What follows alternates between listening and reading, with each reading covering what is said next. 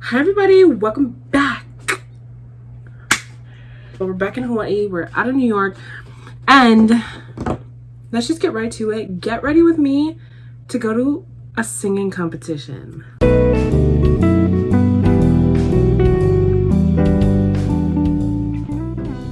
I feel like it's been a while. Like, I low-key really like doing get ready with me's. We're gonna prep the skin extra because this makeup has to stay on for a long time. So we're gonna take this e.l.f. hydrating primer and this moisturizer that I got from Nature Republic is the GOAT. She needs to be slaying for the performance, you know what I mean? Life updates since New York. Remember that car I bought?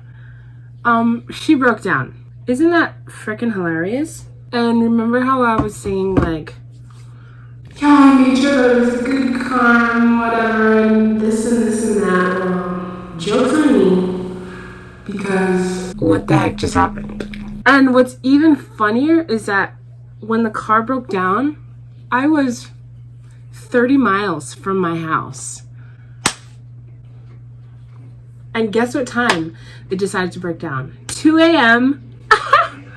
So you can imagine the story. The prep I like to do for my lips is literally just Vaseline. By the time I'm done with my whole face, she'll be soaked in. So to bring everything into context, when I got the oil change, the guy there is like, you have a small coolant leak. But it's nothing to worry about. You just watch the level of the coolant in your car and just fill it up when you need it until you can get the leak fixed. And then I was like, okay, shoot. A month after I get the oil change, the engine starts overheating. And I'm like, okay, shoot, all I need is coolant. I get coolant, it works, it helps to cool the engine down. Comes a night where I'm gonna go hang out with my friends at a place far from my house, 30 plus miles from my house. And yeah, we go hang out. The trip there, the car's fine. The trip coming back, I'm driving, and you know the little H and C diagram, little measuring thing on the car? The freaking arrow was at H the entire time. And I'm like, there's coolant in the car. It had time to cool down. Why is it all the way at H? While we're driving on the freeway, I start smelling some smoke. I just start smelling it more. So we get off the freeway. I feel like I know what's happening. So I'm speeding on the freeway, trying to get off as fast as possible because I don't want to be stuck on the freeway. We stop at a little gas station and tell my friend, oh, I'm just going to let the engine cool down for a little bit, just a few minutes, right? We go outside, we open the hood, smoke is pouring out of the car. I'm like, what the flip is going on? It's the radiator that's smoking. There's this chunky green stuff coming out of the car.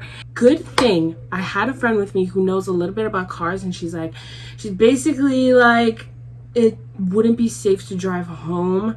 Like, it wouldn't be safe to drive any farther than this. Here's the thing about Hawaii. Where we stopped, we were in Wahiawa. And if you know anything about going from Wahiawa to North Shore, there's that one long road that's just straight plantation fields with no lights. It's just you in the car and the headlights. If we hadn't stopped in Wahiawa, we would have been in a very dark place. We start calling everybody we know. This is at 2 a.m. Nobody's answering. No tow trucks are answering. The last person I call is my papa. And he comes zooming. He looks at the car. He's like, girl, your fan isn't even turning.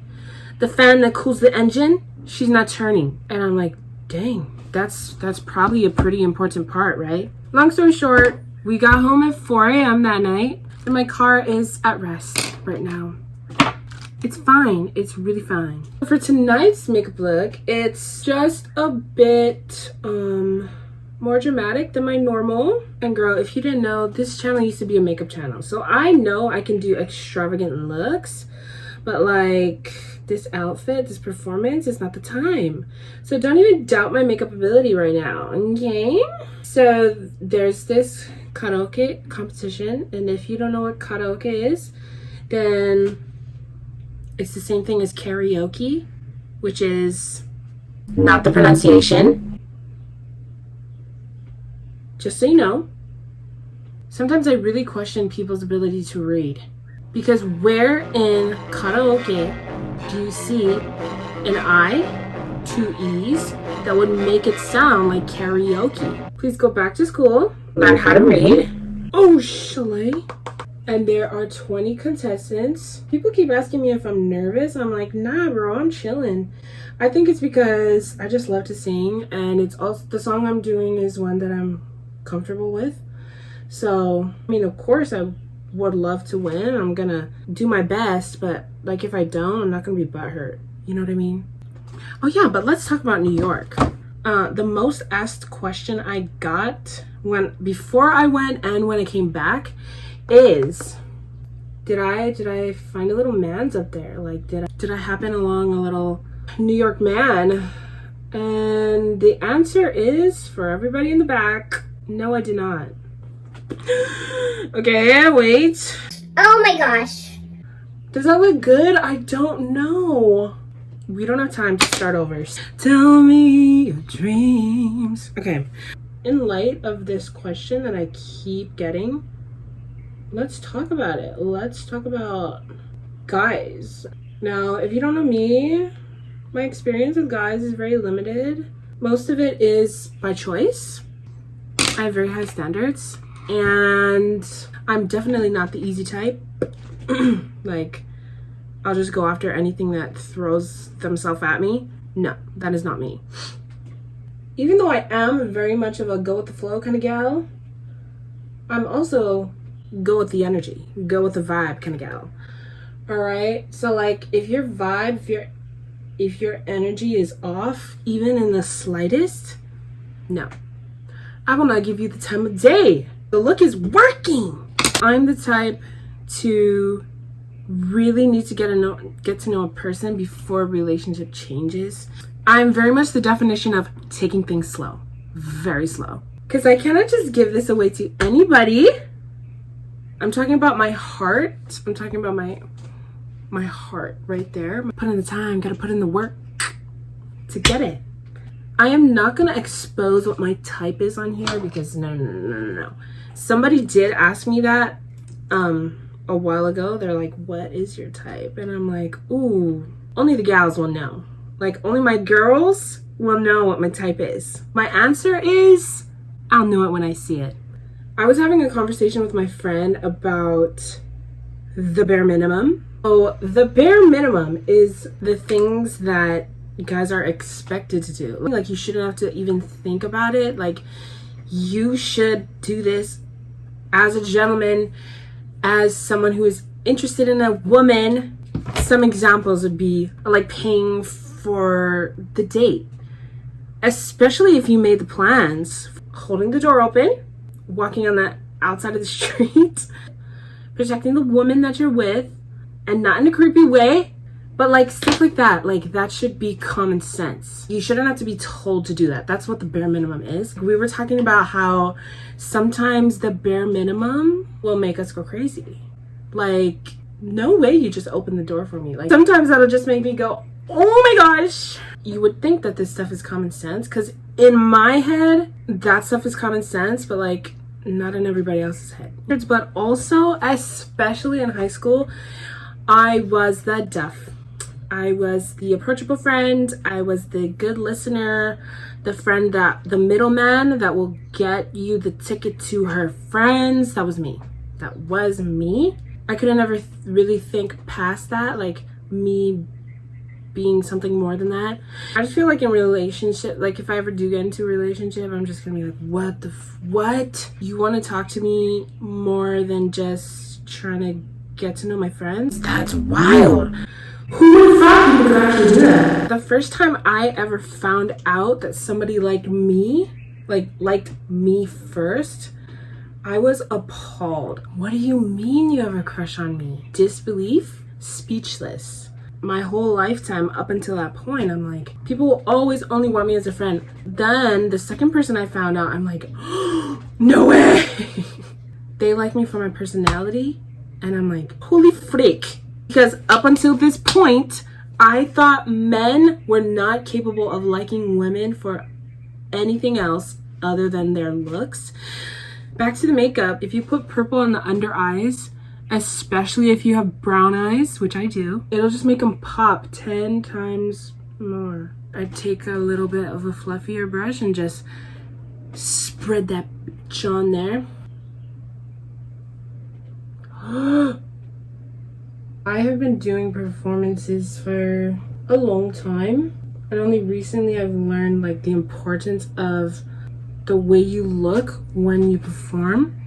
Okay, so like, yeah, I used to go up on stage, no makeup, to the bun, nothing, and just sing my heart out, thinking that my voice would just carry my appearance. So you gotta look the part. Like, if you want to pursue this, being a performer, being a singer, which I definitely do, you gotta treat yourself and your appearance like it, because that's what you are, baby girl. That's what you are. This is why we're doing the extensive makeup. Always have your outfit planned before you do your makeup. Guys, you don't even know how green my eyes look like right now. You know, we're taking our cream blush. I don't know if you can tell, but my eyebrows aren't even filled in. Natural Hawaiian Samoan Chinese brows. When you look the part, you perform the part. I always say this, but like, being in Hawaii, you kind of, a lot of times you can feel shame about dressing up or like feeling overdressed. And when you take yourself seriously, people will do the same. I'm just telling you, girl. And this Victoria's Secret semi-matte liquid color. Doesn't that look gorgeous? I have no clue if like anything I just said on this whole get ready with me made sense or like even flowed together, because my brain does some crazy things sometimes. Might be the nerves. This is the outfit, everybody. Like, you've seen this before, like in Korea, you've seen it already, but especially with the song that I'm singing tonight, ooh, she go. Guys, this is what I'm talking about. When you have an outfit you feel confident in, feel confident enough to do freaking anything. Oh my gosh, the purple. The purple looks so freaking good. What did I say? What did I freaking say? I am my mother's daughter. We're on our way. We're in the car. We're doing great on time. Did I ever mention to you that I'm a pretty great reverse driver? I'm just saying. I'm here after the long drive and I'm like shaking just a little bit, feeling it now. I'm checking it by myself. Like, I feel like I need one of my friends here with me. But I'm fine. I lived in a whole country by myself. We're here, everybody.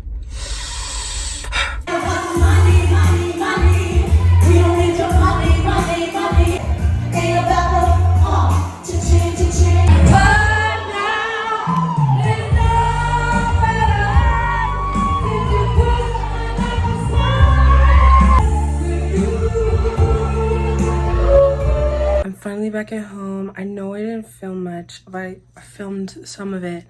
Number one, I made it to the next round. Second of all, because of overstimulation, lots of people, lots of energy. And third of all, my adrenaline was so high that like I almost threw up, but I also felt like I could run a marathon. Anyways, it was so much fun. I really like that sound system, that mic, and the speakers were so good. All these people, I had no clue who they were. They came up to me. They're like, even people who were competing, they're like, girl, you are amazing. I'm like, oh my gosh, thank you.